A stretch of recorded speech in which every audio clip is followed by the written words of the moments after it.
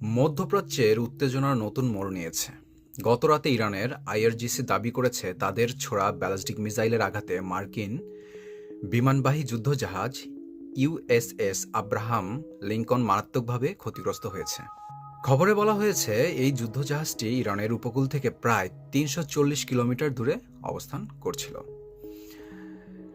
সেই সময়ে Iran missile হামলা চালায়, যদিও কোন নির্দিষ্ট মিসাইল ব্যবহার করা হয়েছে তা আনুষ্ঠানিকভাবে জানানো হয়নি।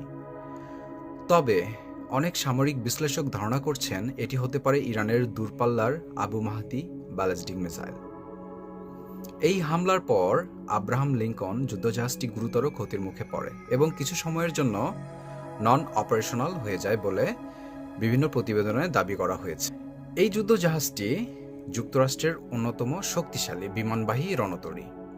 এতে প্রায় ৫ থেকে ৬ হাজার নৌসেনা থাকতে পারে এবং একসাথে ৭০টিরও বেশি যুদ্ধবিমান পরিচালনা করা সম্ভব। বিশ্বের বিভিন্ন অঞ্চলে সামরিক শক্তি প্রদর্শনের জন্য যুক্তরাষ্ট্র প্রায়ই এই ধরনের বিমানবাহী রণতরী ব্যবহার করে। এদিকে একই সময়ে আরেকটি গুরুত্বপূর্ণ ঘটনা ঘটেছে ইরাকে। খবরে বলা হচ্ছে আকাশে অন্য যুদ্ধবিমানকে জ্বালানি দেওয়ার সময় মার্কিন KC-135 রিফুয়েলিং ট্যাঙ্কার বিমানকে লক্ষ্য করে হামলা চালায় একটি ইরাকি মিলিশিয়া গোষ্ঠী। এই হামলায় বিমানটি ভূপাতিত হয় এবং এতে থাকা ৫ জন মার্কিন ক্রু সদস্য নিহত হয়েছে বলে দাবি করা হচ্ছে।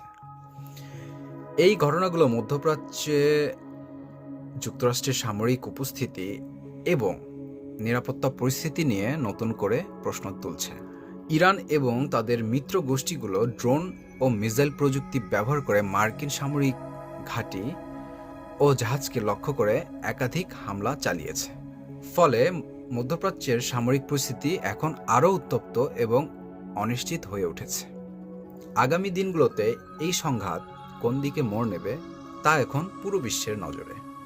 আমার ভিডিওটি ভালো লাগলে লাইক, কমেন্ট, শেয়ার দিয়ে আমাকে সাপোর্ট করবেন। Thank you very much.